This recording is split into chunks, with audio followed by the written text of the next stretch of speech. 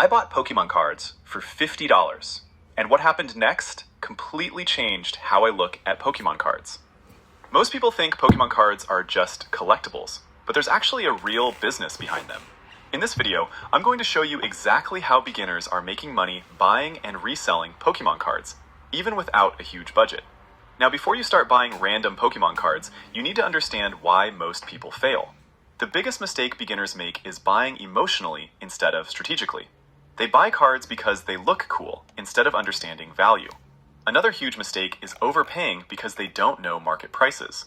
And finally, many people sell too fast without checking what their cards are actually worth.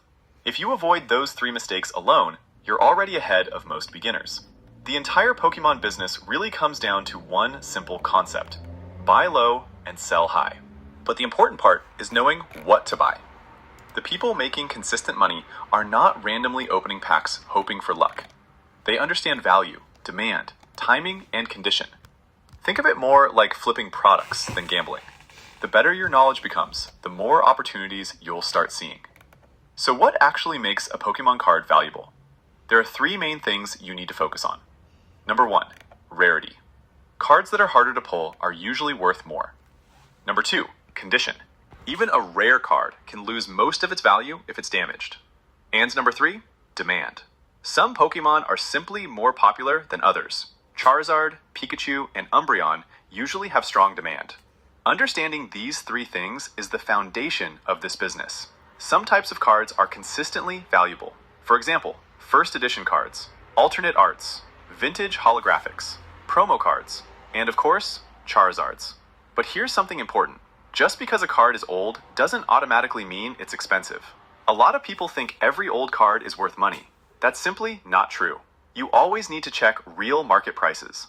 One of the safest ways to start is by buying collections. Instead of buying single expensive cards, you buy entire collections from people who want quick cash. Then you separate the valuable cards from the bulk. This works because many sellers don't know exactly what they own.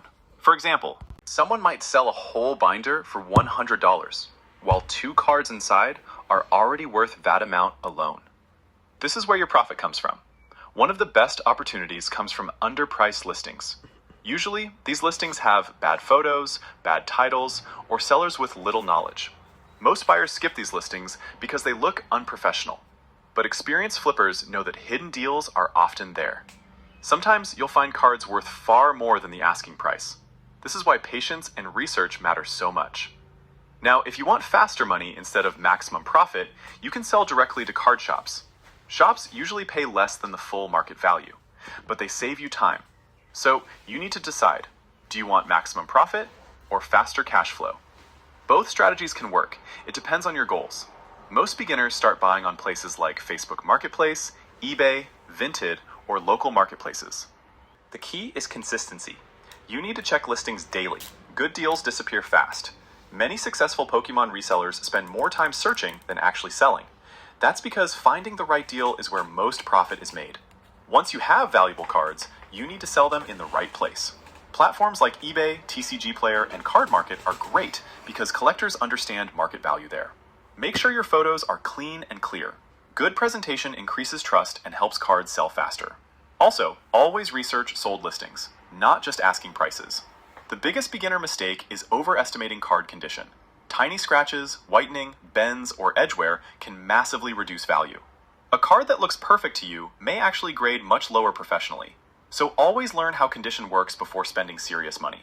This one skill alone can save you hundreds of dollars. Here's a simple beginner plan. Step 1, start small. Don't risk huge money immediately. Step 2, learn prices daily. The more cards you research, the better your instincts become. Step 3, buy collections or underpriced deals. Step 4, separate valuable cards. Step 5, sell individually for higher profit. Then repeat the process consistently. Now let's be honest, this is not a get-rich-quick method. Some deals will fail. Sometimes prices drop. Sometimes cards don't sell quickly. But if you stay consistent and keep learning, this can absolutely become a profitable side business over time. If you want, I can make another video where I actually buy and flip real Pokemon collections live on camera. If that sounds interesting, subscribe and comment part 2 below. And if this video helped you, make sure to leave a like because it really helps the channel grow.